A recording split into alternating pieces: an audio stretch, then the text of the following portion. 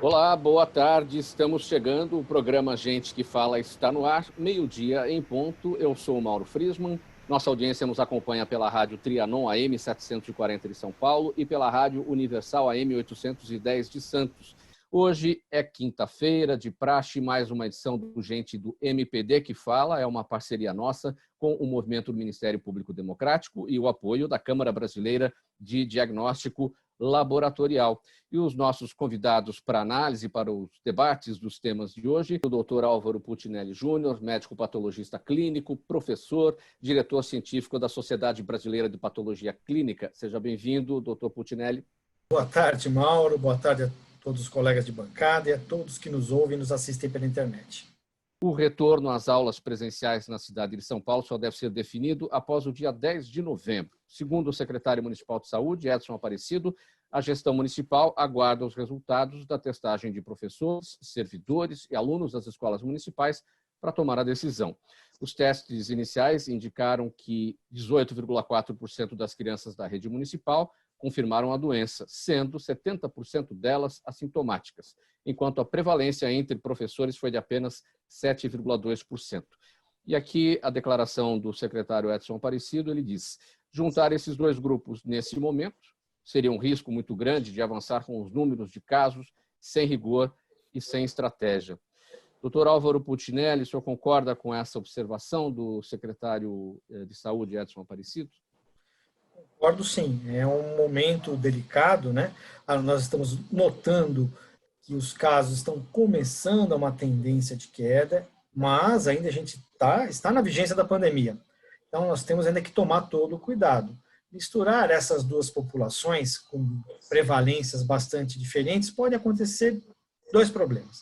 O primeiro problema é o risco ao próprio professor, ao próprio pessoal da escola.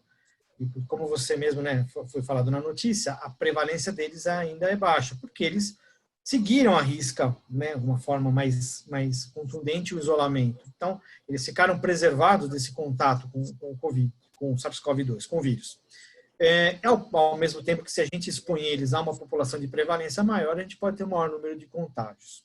O segundo problema é que as crianças são muito gregárias, mesmo tomando os cuidados, e a gente sabe que as escolas vão tomar, em termos de prevenção, álcool gel, distanciamento, um efetivo distanciamento das crianças é algo bastante difícil de ser controlado, né? Todos nós que temos filhos, né, ou já fomos à escola, sabemos que na hora do convívio na aula é praticamente impossível pedir que um toque o outro.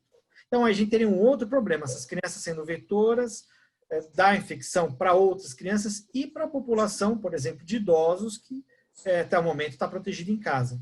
Então, a gente vê, né, com preocupação, lógico, a gente vê que o ano letivo já foi terrivelmente afetado, seja no nível de educação fundamental e média, que é o que o secretário está falando, seja lá na Escola Paulista de Medicina, no nível superior, a gente sabe das dificuldades em manter o funcionamento dos cursos, mas ainda não é momento de tomarmos esse tipo de atitude de liberar e juntar todas essas crianças. Então, o secretário está bem pautado, está bem orientado nesse sentido e está seguindo essas orientações de forma bastante correta.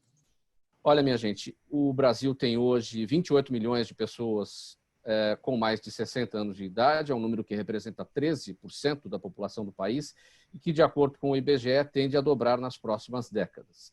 E se, por um lado, é cada vez mais comum que os idosos mantenham uma rotina ativa com atividades físicas, intelectuais e de diversão, por outro, é também nesse período que surgem as principais preocupações quanto à capacidade de raciocínio, à memória e à clareza mental, sintomas que têm se mostrado agravados pelas tristezas geradas pela atual situação de pandemia. Doutor Álvaro, do ponto de vista médico, quais são as ferramentas que os responsáveis pelos idosos, os familiares, têm em mãos para poder identificar com alguma clareza o que está acontecendo e procurar ajuda profissional? Temos várias possibilidades também de contato médico por aplicativo. É esse o caminho? Sim, é o caminho, né? Começando a responder a sua pergunta pelo final, a telemedicina é uma realidade que se impôs nesse período de pandemia. Lógico, ela não vai servir para todas as situações, mas ela ajuda muito a gente ter uma proximidade do médico com o paciente nesse período em que os deslocamentos não são são até contraindicados, né? A exposição dos idosos é contraindicado. Nesse período de pandemia, então, a gente notou, com uma grande preocupação também, que os idosos acabaram sendo cerceados, né, em fazer o acompanhamento das suas doenças crônicas. Pela dificuldade, então, de movimentação,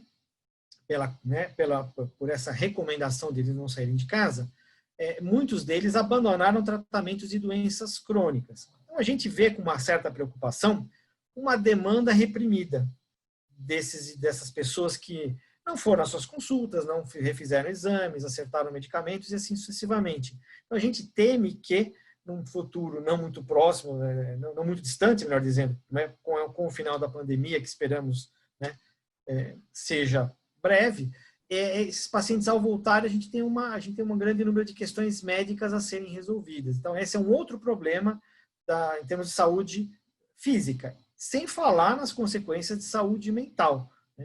A doutora está até comentando sobre essa questão da violência.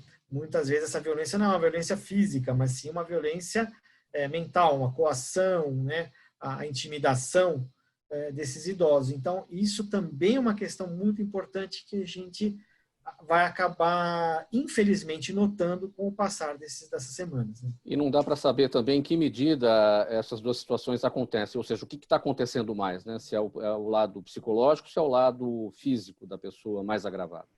Exato. As coisas caminham juntas, as pessoas são únicas, né? Então, os indícios disso vão aparecer conforme esses idosos voltarem a frequentar os serviços de saúde, voltarem a frequentar seus médicos, né, e os profissionais de saúde que fazem seu acompanhamento. A partir daí, a gente vai começar a ter a real dimensão do problema. E nós esperamos né, infelizmente, que não vai ser tão pequeno assim. O primeiro congresso virtual da SBPC-ML tem trazido informações de extrema importância sobre o que o setor de medicina laboratorial está fazendo para estudar e entender melhor o novo coronavírus. O destaque para o repositório Covid-19 Data Sharing BR, o primeiro repositório de dados para pesquisa sobre Covid-19 no Brasil, uma iniciativa pioneira da FAPESP, com o gerenciamento da USP e a participação do Grupo Fleury e ainda dos hospitais Sírio-Libanês e Albert Einstein, que visa compartilhar dados e gerar informações não só para um grupo restrito de especialistas, mas para outros que têm os mesmos interesses. Doutor Álvaro, eu estava dando uma olhada neste repositório, ele disponibiliza 3 categorias de informação: dados demográficos, exames clínicos e laboratoriais e a movimentação do paciente, no caso, internações, e como é que aquele caso, o desfecho daquele caso, se houve a recuperação ou se houve o óbito daquela pessoa. Qual a importância desse levantamento, não só para o Brasil, mas para a comunidade científica do mundo, nesse momento em que ainda não temos vacina, mas é importante o avanço no sentido de encontrar um tratamento para ganhar tempo enquanto a vacina não chega? Bom, fundamental essa iniciativa, né, patrocinada pela FAPESP. É uma iniciativa absolutamente inédita, onde várias instituições, de forma colaborativa, colocaram seus esforços e seus resultados, compartilharam entre si e com toda a comunidade científica. Então, qualquer cientista de qualquer parte do mundo pode pegar esses dados e comparar com os seus dados, com a sua realidade. Isso vai fundamentalmente mostrar vai fundamentar, melhor dizendo, 3 grandes vertentes. A vertente da questão epidemiológica, né, da prevenção, ou seja, orientar como essa doença está se distribuindo na população, qual é o comportamento, né? Como o próprio doutor Galiza falou, a gente foi mudada as datas das eleições baseado no conhecimento científico que a gente tem até então. Também a parte diagnóstica se beneficia muito, e a parte que a gente milita diretamente, sabendo exatamente quais são os pacientes, que porcentagem se positivou, que tipo de teste funcionou melhor ou não.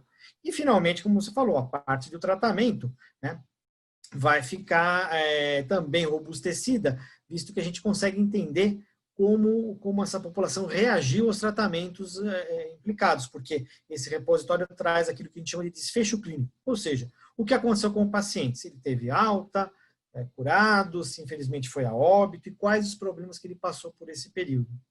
E só me permita acrescentar que a Sociedade Brasileira de Patologia Clínica está, né, realizando esse congresso virtual, um congresso voltado ao assunto COVID.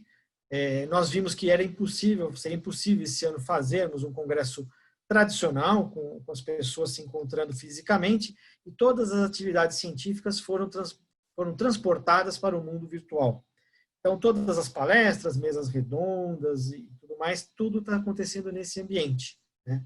E também, né, uma outra iniciativa ligada à Covid-19, que a SBPC também patrocina, é o site testecovid19.org, testecovid19.org. Nesse programa, nós, na Sociedade de Patologia Clínica, analisamos mais de 13.500 pacientes, amostras de pacientes, voltados ao exame da COVID. Então, a gente tem todas as metodologias, mostra o desempenho desses testes, mostra como eles se comportam conforme o curso da doença, assim, os dias de evolução da doença, e é fundamental para a consulta tanto do gestor privado quanto do público, quando vai ter que decidir que tipo de teste vai querer fazer. Assim como linkando lá com a primeira notícia, quando o secretário de saúde falou do rastreamento epidemiológico, ele vai fazer um tipo específico de teste, que é o teste sorológico. Então, esse tipo de avaliação também se encontra nesse site. Pessoal, 12h46 agora, perguntas da nossa audiência. Rita, do bairro de Vila Madalena, com a gente também. Ela pergunta, doutor Álvaro, na sua opinião, quais seriam os protocolos ideais para possibilitar o retorno às aulas presenciais, principalmente no caso de crianças pequenas? Essa pergunta é de difícil resposta, né? Sim, é uma pergunta de difícil resposta. Por isso ainda não voltamos, né?